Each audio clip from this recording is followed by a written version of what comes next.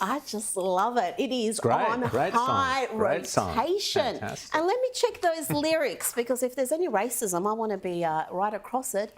He says, well, try that in a small town. See how far you make it down the road. Round here, we take care of our own.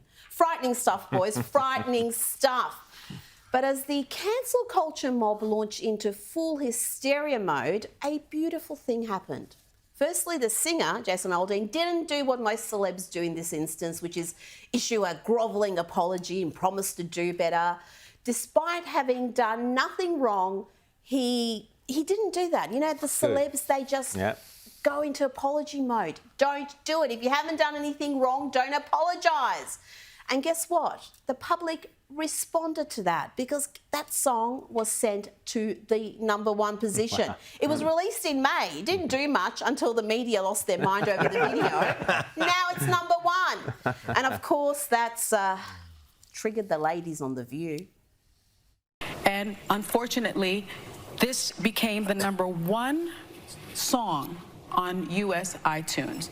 We have a problem in this country about race, and the biggest problem is we refuse to admit that it exists. Well, don't you think that a lot of this...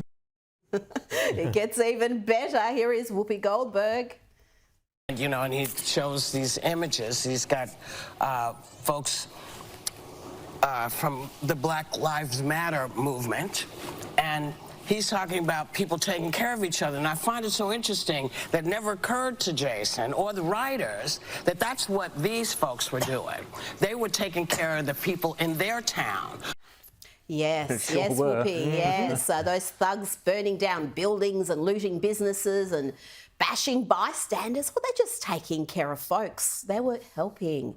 Isn't it astonishing that a song that has no mention of race, a song about taking care of each other and your community, is seen as racist? Doesn't that say something about the accusers? If you hear lyrics against rioting and violence and think it must be an attack against the black community, then guess what? You're the racist.